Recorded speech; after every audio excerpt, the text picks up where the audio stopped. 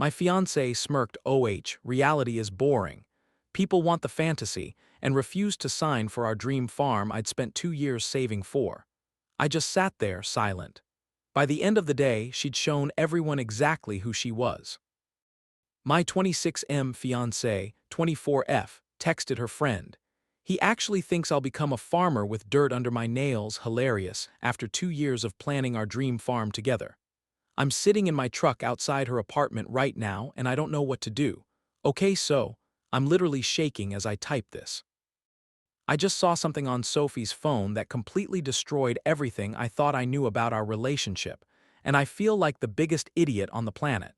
I've been in the military for 4 years, stationed overseas for most of our relationship. Sophie and I have been together for 2 years, engaged for 6 months. The entire time we've been together, we've been planning this amazing future, buying land, starting a small farm, mini cows, vegetable gardens, the whole homestead dream. I've been saving every penny, working extra shifts, researching everything from soil composition to sustainable farming practices. She sends me Pinterest boards of baby goats in sweaters. We spend hours on video calls planning where the chicken coop will go. She even bought farm boots last month and sent me photos saying, "Getting ready for our new life." I thought, God, I thought she was as excited as I was. I got back from deployment last week, and today we were supposed to meet with a realtor about this 20-acre property we've been eyeing. Beautiful place, good water source, perfect for what we want to build together. I was running early, so I stopped by her apartment to surprise her. She was in the shower and her phone kept buzzing on the counter. I wasn't trying to snoop, I swear, but the messages were right there on the lock screen and I could see they were from her best friend Emma. The preview showed, "Wait, he seriously expects you to actually." I know I shouldn't have, but something in my gut told me to look. I used her birthday to unlock it. We don't hide things from each other, or so I thought. The full message thread. Jesus. Emma had asked, "So when do you move to the farm?" And Sophie replied, "Lol Emma, he actually thinks I'll become a farmer with dirt under my nails." Hilarious. I love the idea of it, the aesthetic is so cute, but can you imagine me actually shoveling cow poop at 5 a.m.? I'll let him do all the work while I take Instagram photos with the baby animals. Then Emma wrote back, "What happens when he figures out you're not really into the work part?" And Sophie wrote, "He's so sweet and naive. He'll probably work himself to death trying to impress me while I stay inside and redecorate the farmhouse. Win-win, right? Plus, if it doesn't work out, we can always sell and move back to the city. He just doesn't need to know that's my backup plan." I'm sitting in my truck outside her building right now because I literally ran out. She doesn't even know I saw it yet. 2 years. 2 fucking years of planning, dreaming, saving money, researching breeds of chickens and types of irrigation systems, and it's all been, what? A cute fantasy for her. I've been working 60-hour weeks to save for our down payment. I turned down a cushy civilian job in the city because we agreed we wanted the simple life. I've been learning about permaculture and crop rotation, and she's been, what? Planning to use me as free labor for her Instagram farm aesthetic. The realtor meeting is in 3 hours.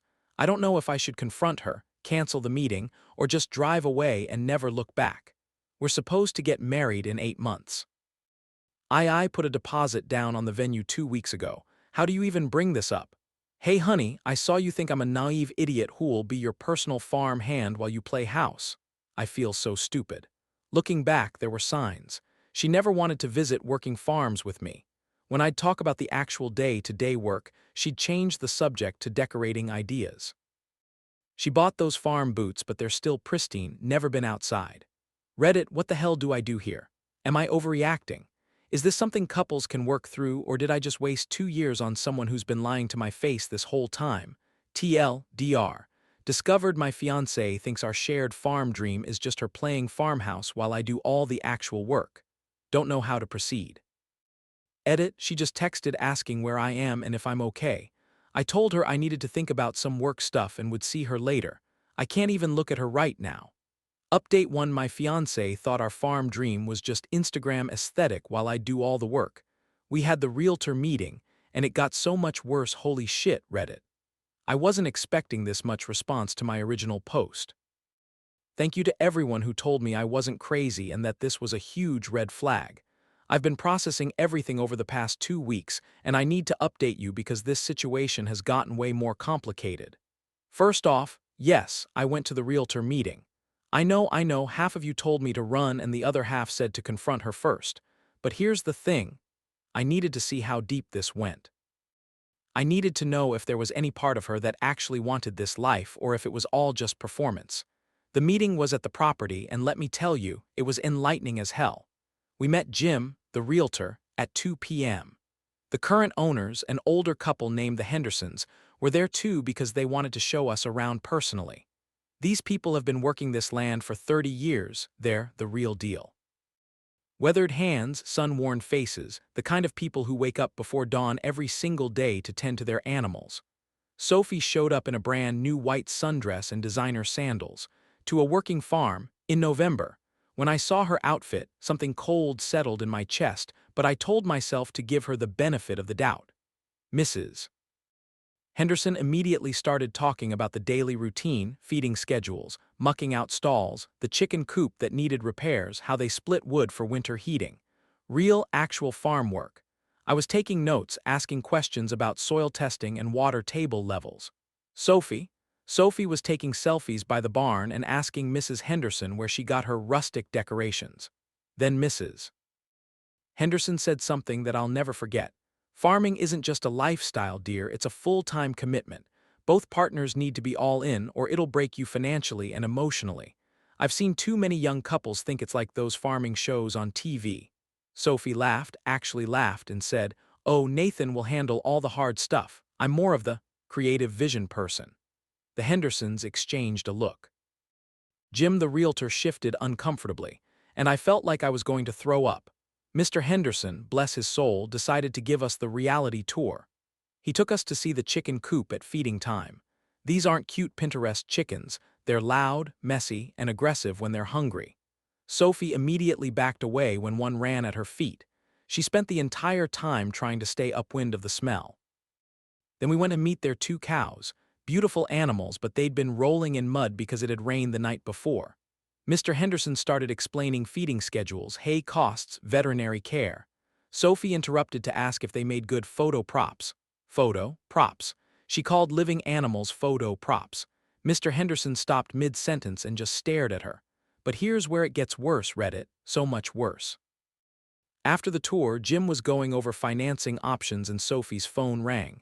She stepped away to take it, and I could hear her voice getting excited. When she came back, she was practically glowing. "That was Emma," she announced. "She just got a job at that new boutique marketing firm downtown, you know, the one that handles all those influencer brands. She says they're looking for lifestyle content creators and that our farm thing would be perfect for sponsored posts. Imagine the partnerships we could get with organic food brands and cottagecore fashion. I'm not kidding you, Reddit." She said, "our farm thing," like it was a business venture. Then she started rattling off ideas about aesthetic shots of me collecting eggs in vintage dresses and cozy farmhouse morning routines for social media. Jim looked confused. The Hendersons looked horrified. And I finally understood that the woman I planned to marry saw our shared dream as nothing more than a backdrop for Instagram content. But wait, it gets even better. On the drive home, Sophie was bubbling with excitement about her brilliant realization. She said we could document our whole farming journey, build a following, and eventually monetize it. "You could be like the strong, silent farmer husband type," she said, "and I could be the sweet farm wife who's learning as she goes. People eat that stuff up." I asked her what happens when her followers realize she doesn't actually do any farming work.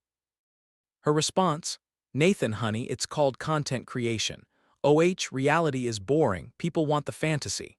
That's when I knew this wasn't about communication or different expectations. This was about fundamental values. She literally sees our future as a performance, with me as the unwitting actor playing the role of her hardworking farmer husband while she builds a brand off our life. I told her I needed time to think about the property. She said sure, but that I shouldn't wait too long because content with seasonal changes is more engaging, and we're already missing prime autumn aesthetic opportunities. I'm staying at my buddy's place now. Sophie thinks I'm just processing the big purchase and keeps sending me links to farm girl influencers and asking when we're going to put in our offer. Reddit, I don't think there's any coming back from this. How do you marry someone who sees your shared dreams as content opportunities? How do you build a life with someone who thinks hard work is just what other people do while she curates the perfect image? I know what I have to do. I just don't know how to do it yet. Update too well, I figured it out. Sort of. Let me tell you about the absolute shitshow that happened when I decided to give Sophie exactly what she said she wanted. 2 weeks ago, I called Sophie and told her I'd been thinking about her influencer idea. I said maybe she was right. We could document our farming journey and build something together. She was over the moon, immediately started talking about ring lights and posting schedules. But here's what I really did. I arranged for us to spend a long weekend trial run at my cousin Jake's farm about 3 hours away. Jake runs a small operation, chickens, goats, vegetables, the whole deal. It's not Instagram pretty. It's real farming. I told Sophie it would be perfect for authentic content creation and that Jake was excited to help us document the real farm experience. She bought it completely. Spent 2 weeks shopping for farm chic outfits and talking about her content calendar. She even bought a professional camera. Friday afternoon, we drove out to Jake's place. Sophie brought 3 suitcases for a weekend trip. 3, full of costume changes for different farm girl vibes. I brought work clothes and steel-toed boots. Jake met us at the gate, covered in mud from fixing a broken water line, wearing clothes that actually smelled like farm work. Sophie immediately started posing by his truck for arrival shots while Jake and I exchanged knowing looks. So, Jake said, playing along perfectly, "Y'all ready for the full farm experience? We start tomorrow at 5 a.m. with morning chores." Sophie laughed. "Oh, we'll get some great sunrise shots, very authentic." Jake looked at me and I could see him trying not to smirk. Saturday morning, 5 a.m., I got up, got dressed, and gently woke Sophie. She groaned and said she'd catch up after she did her morning skincare routine. I told her the animals needed to be fed first thing, no exceptions. 45 minutes later, she emerged from the house in a pristine white peasant blouse and designer jeans, hair perfectly curled, carrying her camera. The temperature was 38 degrees and drizzling. First stop, chicken coop. 20 chickens that needed feeding and the coop needed mucking out. I handed Sophie a bucket of feed and a rake. "Wait," she said, "shouldn't we set up the shot first? The lighting isn't right yet." Jake, bless him, said, "Ma'am, chickens don't wait for good lighting, they're hungry now." What happened next was, well, it was something. Sophie tried to scatter the feed while holding her camera up for selfies. The chickens swarmed her feet, she shrieked and dropped the bucket, feed went everywhere and the birds went crazy. One particularly aggressive hen pecked at her white blouse, leaving a muddy mark. She started crying. Not cute, photogenic tears, full ugly crying because her outfit was ruined and the chickens were attacking her. But wait, it gets better. After the chicken disaster, Jake suggested we move to the goat pen, 12 goats that needed fresh hay and water. Sophie had recovered enough to try again, but insisted on changing into outfit number 2 first, a flowy floral dress that was completely inappropriate for farm work. The goats took one look at her flowing skirt and decided it was a toy. They started pulling at the fabric, jumping on her, trying to eat the silk flowers on her dress. Sophie was screaming I was trying to pull goats off her, and Jake was documenting the whole thing on his phone for memories. By 8 a.m., Sophie had gone through 2 complete outfit changes, cried twice, and we'd accomplished maybe 30% of the morning chores. The content she'd captured was shaky footage of her own feet while running from farm animals. "This isn't working," she finally said. "The animals are too chaotic. Can't we just do the pretty shots after you and Jake handle the messy stuff?" And there it was, the truth we all knew was coming. I told her no. I explained that this was exactly what farm life would be like every single day. No breaks, no do-overs, no waiting for perfect lighting. Animals need care when they need care, not when it's convenient for content creation. She stared at me like I'd spoken a foreign language. "But Nathan," she said, "I thought we were building a brand together. I thought you understood that the visual appeal is what makes this profitable." Jake, who'd been quietly watching this whole train wreck, finally spoke up. "Miss, with respect, farming ain't about visual appeal. It's about responsibility, hard work, and commitment. If you're looking for pretty pictures, maybe you want a photography studio, not a farm." Sophie's face went red. "I never said I wouldn't work hard. I just think we should be strategic about how we present our lifestyle." "Our lifestyle? I couldn't help myself.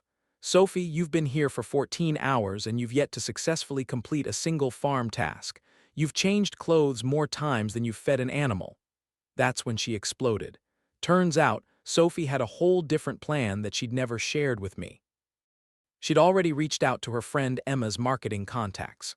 She'd researched FarmCore, influencers, and their income potential. She'd even sketched out a social media strategy where I would do morning chores while she filmed day-in-the-life content. Then she'd get cleaned up for afternoon farm-to-table cooking videos. She'd planned our entire relationship around content creation and never once asked if I was okay with being her unpaid farm hand and camera operator. But here's the part that really broke me. When I asked her what would happen if the social media thing didn't work out, if we couldn't monetize our farm life, she said, then we'd obviously have to rethink the whole thing. I'm not going to struggle financially for some fantasy. Some fantasy. She called our shared dream some fantasy. Jake, who'd been listening to this whole argument, asked Sophie a simple question. Miss, if the cameras broke tomorrow and nobody was watching, would you still want to live on a farm? The silence was deafening. Finally, Sophie said, I guess I never really thought about it that way. That's when I knew it was over. I spent the rest of Saturday and Sunday working with Jake while Sophie sat in the house, periodically coming out to ask when we'd be done with the boring stuff, so she could get some sunset shots. On the drive home Sunday night, she tried to salvage things. She said maybe we could hire farm hands to do the daily work while we focused on the creative and business side. When I told her that wasn't financially realistic, she suggested we start smaller, maybe just get some chickens in the backyard and see how it goes. Chickens in the backyard. After 2 years of planning a real farm, I've been back at my friend's place for a week now. Sophie keeps texting me articles about successful farm influencers and asking when we're going to try again with better planning. She still doesn't get it. She thinks this was a logistics problem, not a fundamental incompatibility. I'm meeting with her tomorrow to end this. I've already talked to the realtor, we're not buying the property. I've talked to the venue, I'm losing the deposit but the wedding is off. Jake sent me a text yesterday that made me laugh for the first time in weeks. Your girl spent more time in my bathroom mirror than my wife does in a month. You dodged a bullet, cousin. Yeah, I think I did. Final update, it's been 6 weeks since the farm disaster, and I finally feel like I can breathe again.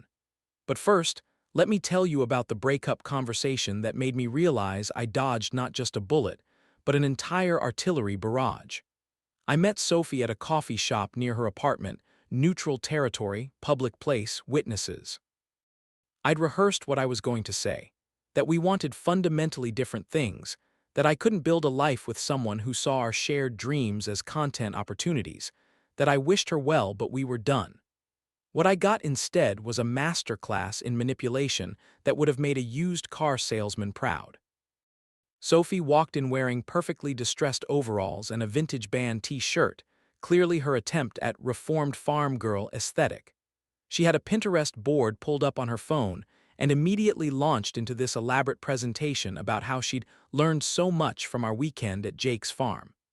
Nathan, honey, I've been doing so much research, she said, sliding her phone across the table.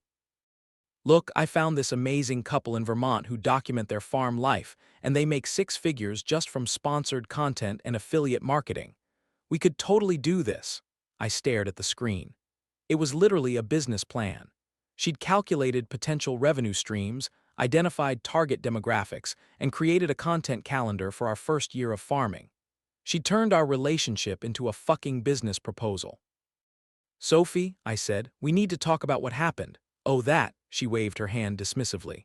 I was just overwhelmed because I wasn't prepared, but look, I bought actual work clothes, see? She gestured to her outfit. And I've been watching YouTube videos about chicken care. I even signed up for an online course about sustainable farming, an online course. She thought she could learn farming from the internet. But here's where it got really wild. Sophie reached into her purse and pulled out a manila folder. Inside were printouts of sponsorship opportunities, media kit templates, and I shit you not, a contract she drafted for me to sign. I've thought about what you said about me not pulling my weight, she continued, so I created a partnership agreement. You'll handle the physical farming stuff, which you're obviously better at, and I'll manage our brand, social media presence, and business development. We'll split all revenue 50-50, minus expenses for my equipment and wardrobe, of course. I couldn't speak.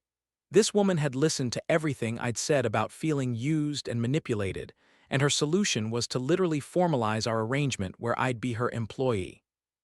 Sophie, I finally managed, I'm not here to discuss business partnerships. I'm here to tell you that we're done. The engagement is off. Her face went through about 5 different expressions in 3 seconds. Confusion, disbelief, anger, then this weird calculated look like she was trying to figure out which approach would work best. Okay, I get it, she said, switching to what I now recognize was her wounded but understanding voice. You're feeling undervalued. We can adjust the partnership terms, maybe 60-40 in your favor, and I'll definitely participate more in the actual farm work once we get established. Once we get established, I repeated. Sophie, you couldn't handle feeding chickens for one morning. That's when the mask finally slipped. Fine, she snapped. You want to know the truth? Farming is boring, Nathan. It's repetitive and dirty and financially unstable. But it's trending right now, and we could make real money off it if you just stop being so precious about authenticity and think strategically. There it was. Finally, some honesty. I've been supporting your little farm fantasy for 2 years, she continued, even though I knew it was impractical. I found a way to make it profitable to turn your hobby into a real business, and you're throwing a tantrum because I'm not willing to shovel shit for the aesthetic, my hobby. 2 years of shared dreams, planning, and financial sacrifice, and she called it my hobby. Sophie, I said, and I was surprised by how calm my voice sounded. We're fundamentally different people who want different lives. This isn't about business partnerships or content creation. It's about the fact that you've been lying to me about who you are and what you want for our entire relationship. She tried a few more approaches, tears, promises to change, accusations that I was throwing away something beautiful over small details. When none of that worked, she pulled out her phone and started scrolling through what I realized were screenshots of our text conversations. I have documentation of you agreeing to all of this, she said. You said you wanted to document our journey. You said you thought my ideas were creative. You can't just change your mind now and make me the bad guy. Documentation. She was talking about our relationship like a legal dispute. That's when I understood that Sophie didn't just see our farm dream as content, she saw our entire relationship as content. Every sweet moment, every shared plan, every intimate conversation had been evaluated through the lens of how it could be packaged and monetized. I stood up to leave, and she made one final play. You know what, Nathan? You're going to regret this. I could have made you famous. I could have turned your little farm boy dream into something that actually mattered. But go ahead, go play in the dirt by yourself. In 5 years, when you're broke and exhausted and nobody cares about your authentic farming, remember that I offered you a real future. I walked away. Didn't even respond. What was the point? But wait, Reddit, because it gets even better. About a week after our breakup, I started getting tagged in Instagram posts. Sophie had apparently decided to proceed with her farm girl influencer career anyway. She'd created an account called @Sophie's Farm Journey and was posting daily content about preparing for rural life and learning traditional skills. The posts were something else. Photos of her in designer overalls posing with store-bought vegetables. Videos of her practicing farm skills by planting herbs in designer pots on her apartment balcony. Captions about honoring the farming tradition and connecting with the earth. She even posted a long, emotional piece about learning that love means supporting each other's dreams, even when they evolve, and finding the courage to pursue your vision alone when your partner can't see your potential. No mention of the fact that she'd never actually done farm work. No acknowledgement that her entire knowledge base came from YouTube videos, just carefully curated content about her authentic farming journey. The comments were brutal. Real farmers and rural folks could spot the performance from a mile away. People were calling her out for using farming as a costume, for treating rural life like an aesthetic choice. But here's the thing that really got me. She was getting engagement, not the kind she wanted, but controversy sells, and she was leaning into it. She started posting clapback content about gatekeeping in the farming community and making agriculture accessible to young women. She'd turned even the criticism into content. I blocked her on everything and asked my friends and family to do the same. I don't need to see her transform our relationship into a social media narrative. Now, the good news. Remember Jake, my cousin who hosted our disastrous farm weekend? He called me about 3 weeks ago with an offer. His neighbor, an elderly farmer named Mr. Peterson, needs help running his 40-acre operation. Mr. Peterson is looking for someone to eventually take over the farm, someone who actually wants to work the land, not just post about it. I'm moving there next month. It's not the farm Sophie and I planned, but it's better. It's real. It's mine. I'll be working land that's been in production for generations, learning from someone who's devoted his life to sustainable farming, building something actual and lasting instead of performing someone else's fantasy. Jake told me Mr. Peterson's only condition was that I actually want to be a farmer, not just play one on the internet. I laughed so hard I cried. So that's it, Reddit. The woman who wanted to turn our life into content is now creating content about the life she never actually wanted, and I'm about to start the life I've always dreamed of with someone who respects what that actually means. Sometimes the trash takes itself out, you know. Oh, and for anyone wondering, I heard through mutual friends that Sophie's already back on dating apps. Her bio apparently says she's looking for someone who shares her passion for sustainable living and social impact. I almost feel sorry for the next guy. Almost. Just saw that Sophie posted a TikTok called "How My Ex Tried to Control My Dreams" with a trending sound about toxic masculinity. I can't even be mad anymore. It's almost impressive how committed she is to the performance.